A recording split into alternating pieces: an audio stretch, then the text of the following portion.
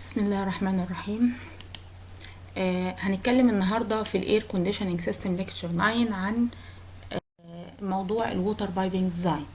احنا نهينا كلامنا في المحاضره السابقه عن ازاي ان احنا نحسب الفريكشن لوس او البريشر دروب او ما يسمى بالبامب هيد، عن طريق ان احنا بنعمل بنجمع او نعمل اسامبشن للاكشوال بايب سايز فريكشن لوس بلس الفريكشن لوس خلال الفيتنج او ديفايسز الموجوده في البايبنج سيستم، وكمان بنجمعها على الكولينج كويل بريشر دروب انسايد التشيلر، وبنجمعها كمان على اللي هي اليونتس او اللود بقى، اللي هو سواء كان فان كويل يونت او الاير هاندلنج يونت بريشر دروب ثرو الكولينج كويل انسايد الايه اليونتس دي. كل دوت بنجمعه بحيث ان احنا نقدر نعرف ان البايبنج سيستم او دايره الووتر ديت او دايره الميه حصل فيها لوسز قد ايه نتيجه سريان كميه معينه من الووتر انسايد الايه البايبنج سيستم. عند كمان سايز معين ليه او لينس، في لينس معين للبايبنج سيستم ديت، وفي كمان سايزز للايه للبايبنج سيستم. طيب احنا عايزين نوضح الكلام اللي احنا بنقوله دوت بمثال نقدر نطبق فيه الكلام ده. فانا عندي الاكزامبل 1 بيقول ان انا عندي كمبيوت هو عايز يعرف اللوست هيد.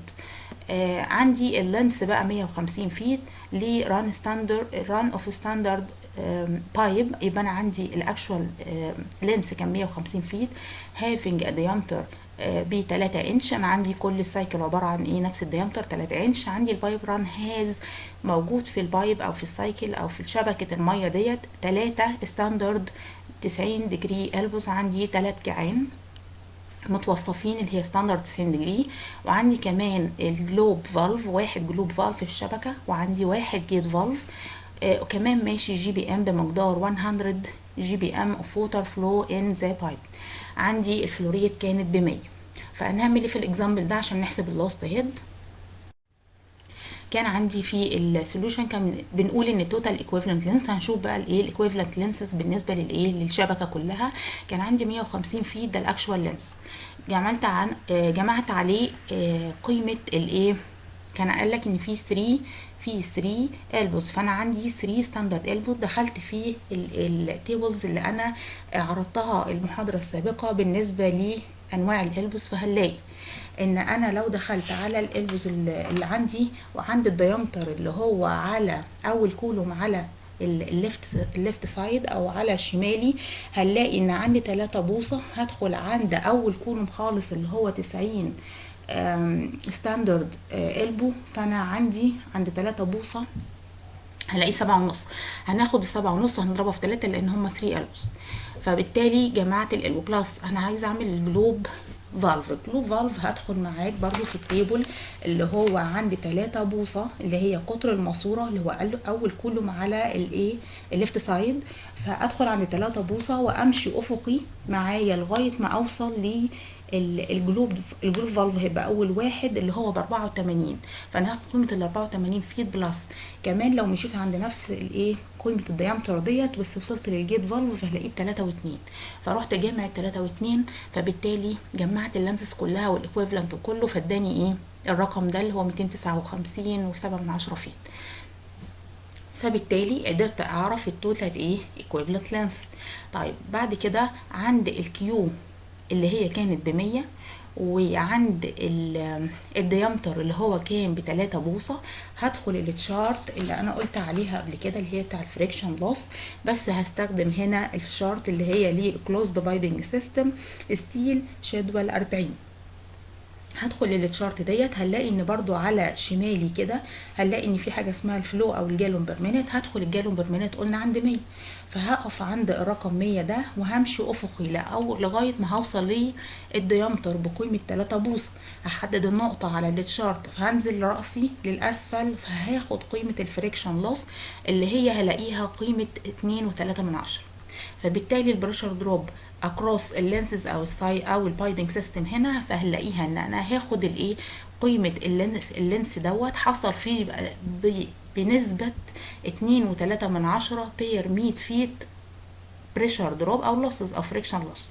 فبالتالي عايز اعرف يكافئ دوت طول لوسز قد ايه، فهتساوي ايكوال، هضرب بقى الطول الكلي في مقدار الفريكشن لوس اللي انا طلعته، فهيديني 5.97 تقريبا 6 فيت. ده مقدار الايه اللوسز اللي حصل في الايه في الدايره دي بمقدار 6 فيت. طيب بعد كده هناخد اكزامبل تاني. فالاكزامبل التاني برضو كتطبيق تاني بس بشكل مختلف شوية.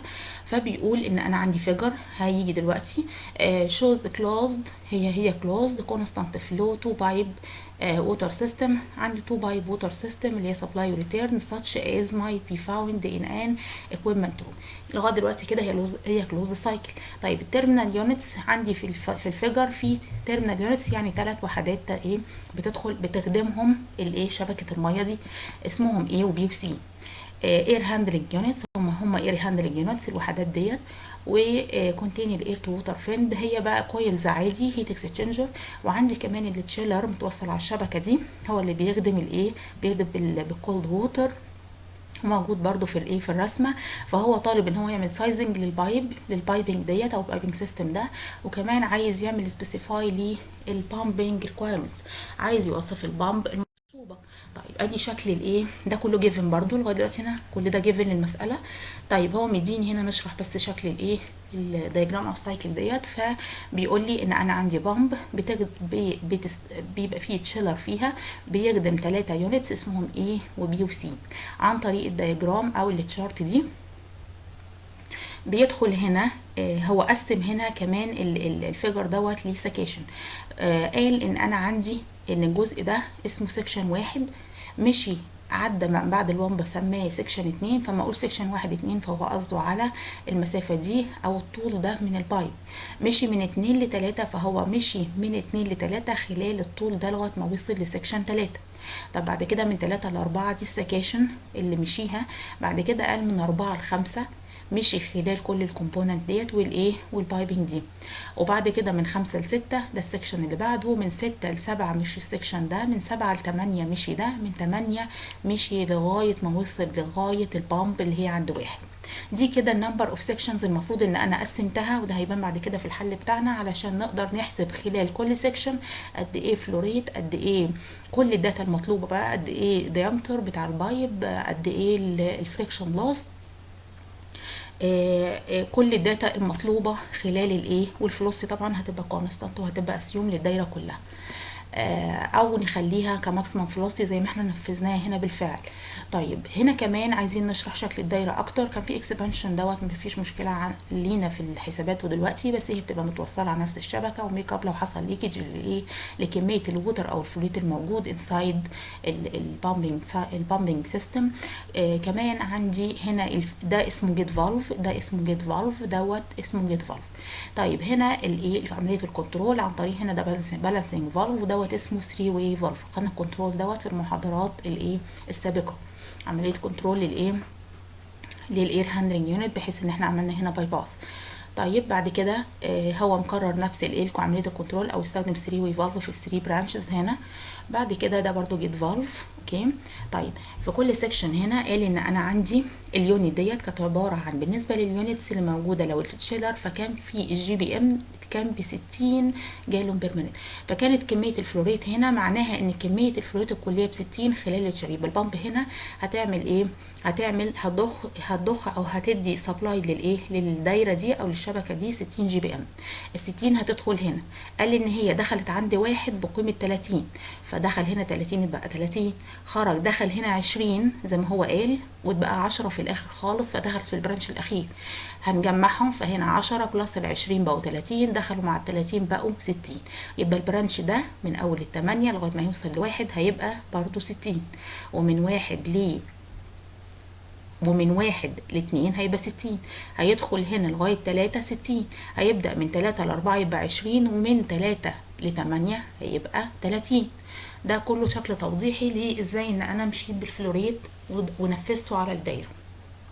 بعد ما ايه ما عرفنا يعني ايه سكاشن، وان احنا عملنا سيكشنز لكل جزء ايه في الدايره.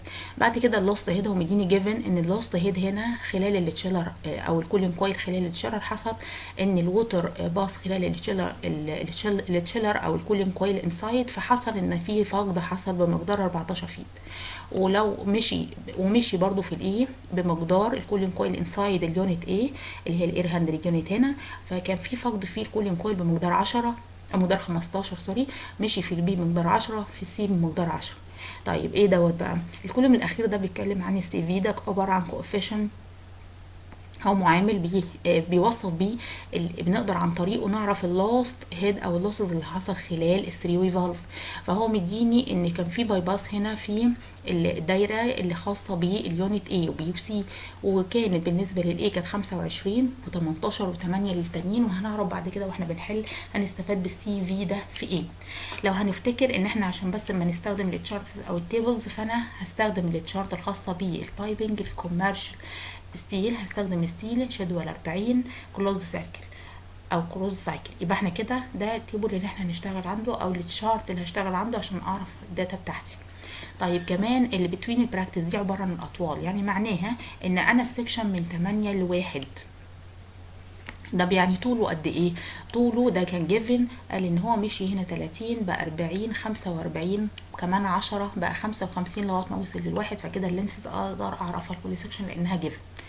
فانا كده قدرت ان انا اعرف داتا من الايه من الشكل دوت، هقدر ان انا يعني اشتغل بيها في الحل بتاعي. السولوشن قلنا ان احنا هنعمل اسيوم للماكسيمم فيلوسيتي، معناها ماكسيمم فيلوسيتي لكل سيكشن. هقدر ان انا احسب عند كل الداتا، فما بدخل التشارت اللي انا بستخدمها فور ستيل شيدول 40، فانا مش هعدي كماكسيمم مش كونستانت، هي ماكسيمم 5 فيت بير سكند، وبعدين الماكسيمم هيد لوس كمان ما ينفعش ان هو يزيد عن 7 فيت. فانا اخد بالي ان انا ما اعديش عن 7 فيت كفريكشن لوس، ما اعديش عن 5 فيت كفلوستي. طيب هنفذ ازاي بقى؟ هنلاقي ان التيبل اللي انا لسه هيتعرض بعد كده ان هو انكلودد كل الايتمز دي او البوينتس دي. البوينتس ديت هي اول كولوم فيه كان بيتكلم عن البايب سيكشنز، واحنا قلنا ان السيكشنز ديت فروم الفيجر، وقدرنا ان احنا يعني نحدد يعني ايه سيكشن، يعني سيكشن من الرقم للتاني فهو عباره عن طول جزء من شبكه المواسير. وقلنا ان عند كل سيكشن كان الماكسيمم فيلوسيتي ما ينفعش تعدي 5 فيت بير سكند، وانا اللي عملت الاسيوم ده. طيب بالنسبه للفلوريت اكروس كل سيكشن، فاحنا برضو قدرنا ان احنا نحدده ونشرحه سابق في الايه في الفيجر، فده يعتبر في جيفن. طب بعد كده اتكلمنا عن النومينال سايز او الديامتر اكروس كل سيكشن، فالديامتر ده هيتحسب او هيتشاف من التشارت. واللوست هيد، اللوست هيد كمان هيتاخد من التشارت اللي هي بتاع الفريكشن لوست الايه لكلوزد بايبنج سيستم ستيل شيدول 40. يبقى بالنسبه للديامتر وبالنسبه للفريكشن لوس نقدر ان احنا نجيبه من التشارت، وشرحنا الكلام ده المحاضره السابقه. قلنا ان احنا لو بمعرفه نوع التشارت فاقدر ادخل عند كل سيكشن، فانا عندي عند كل سيكشن الجي بي ام، خلاص انا عندي عند كل سيكشن الفلوريد، فانا كده عرفت الايه الليفت هاند سايد، فكده هو عندي اقدر عنده ان انا امشي افقي لغايه ما اوصل لقيمه ما تعديش الخمسه الفلوسي 5 فيت بير سكند، واقدر عند النقطه اقف اعرف عندها الديامتر وانزل اعرف وانزل راسي اسفل لغايه ما اوصل للفريكشن لوس، فاعرف الايه الفريكشن لوس قد ايه في كل سيكشن. طيب وبعدين البوينت اللي بعد كده بتتكلم عن البايب لينس، واحنا قلنا اللينس ده جيفن وازاي ان احنا نعرفه ان هو بتوين براكتس ونجمعه. بعد كده في حاجه اسمها الفيتنج equivalent length. الفيتنج equivalent length خلال كل سيكشن هنلاقي ان في كعين وفي فالفز وفي كومبوننت بتقابلني، فالمفروض ان انا بجيب لها الايكويفالنت لينس بحيث ان انا اجمعه مع الاكشوال واقدر اعرف الايه التوتال.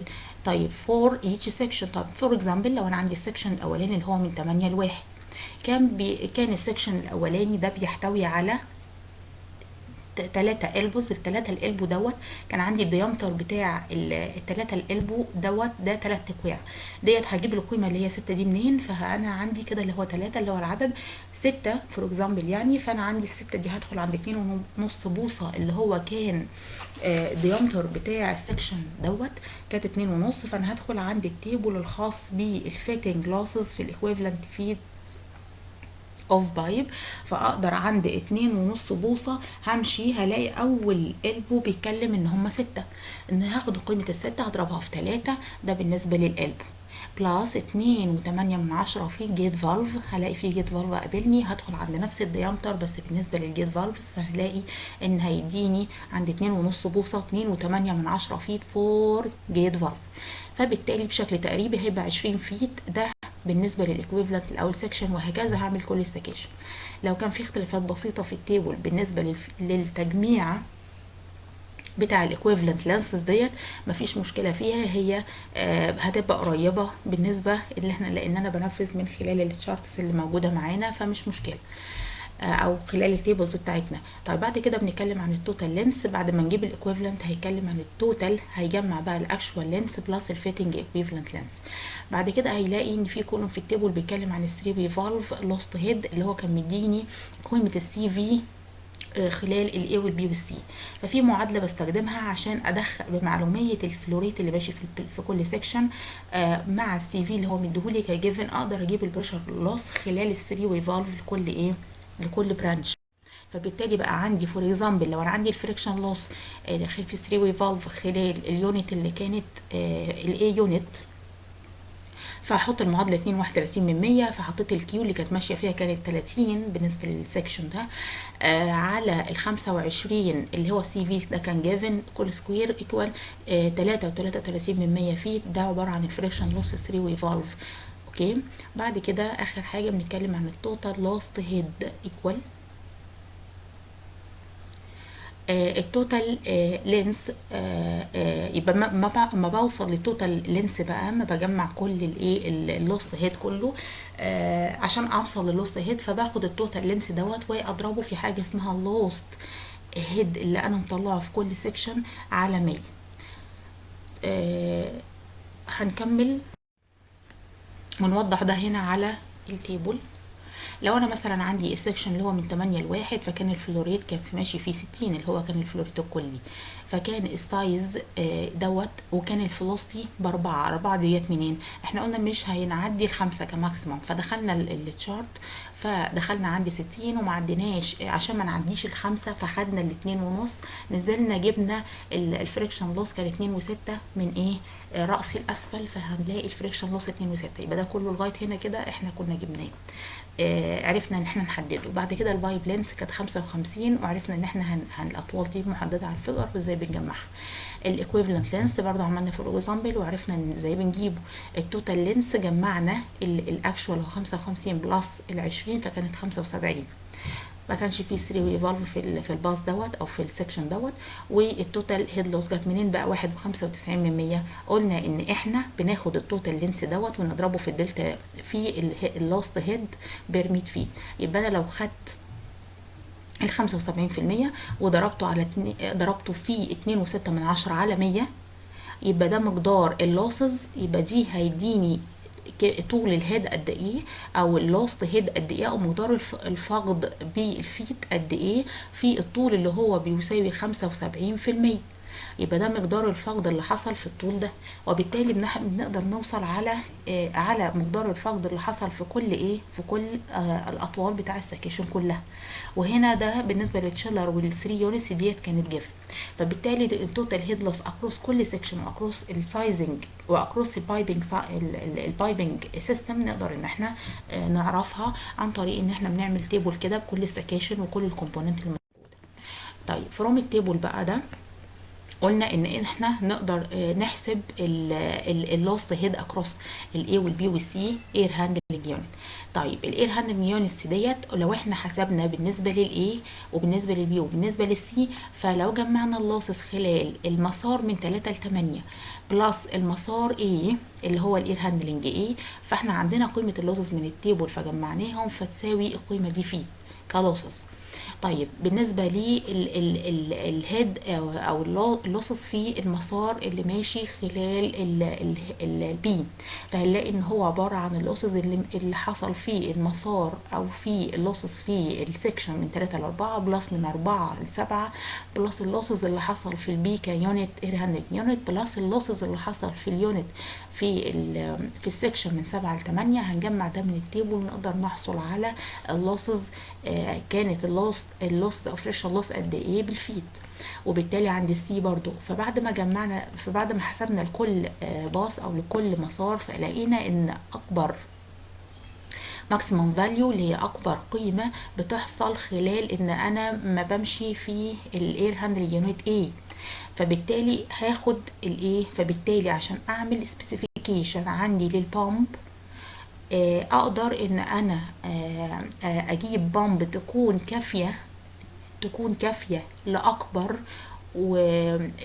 مسار وأكبر فريكشن لوس ممكن إن هو يحصل. فأنا هحسب بالنسبة للدايرة إيه، فهعمل إيه، فهقول إن البامب هيد هتبقى عبارة عن الكلوز سيركت اكروس الاي، فهي عبارة عن اللوسز خلال المسار من 8 ل 1 بلس اللوسز خلال التشالر واللوسز خلال المسار او السكشن من 2 ل 3 ومن 3 ل 8 وخلال الاي اللي هي الاي يونت اير هاندلنج يونت. فلما اجمع اللوسز والداتا تيجي بتاعها من برضه التيبل المفروض ان انا بقت عندي، فبالتالي اقدر اعرف ان هي اللوسز دي هتوصل لكام فيت. فهي ادتني 39 فيت، دي اكبر قيمة لوسز ممكن ان هي تبقى موجودة في الدايرة. فبالتالي لازم اجيب بامب ووسط بامب تقدر ان هي تتغلب على اكبر قيمة من اللوسز. فبالتالي اقدر ان انا اجيب بامب واقول ان هي سبيسيفاي تو بروديوس بتديني 60 جالون بير مينت، لان ديت الايه كميه الفلوريت التوتال الموجوده عندي في الدايره، وان هي كمان تبقى about 39 فيت اوف هيد اللي هو الماكسيمم اللي احنا حسبناه. طيب احنا خلصنا الاكزامبل 2 وخلصنا شغل البايبنج ديزاين او البايبنج سيستم. هيبقى فيه شيت ان شاء الله على المحاضرتين دول، وهنكمل مع بعض ان شاء الله في السكشن ومحاضراتنا القادمه. شكرا.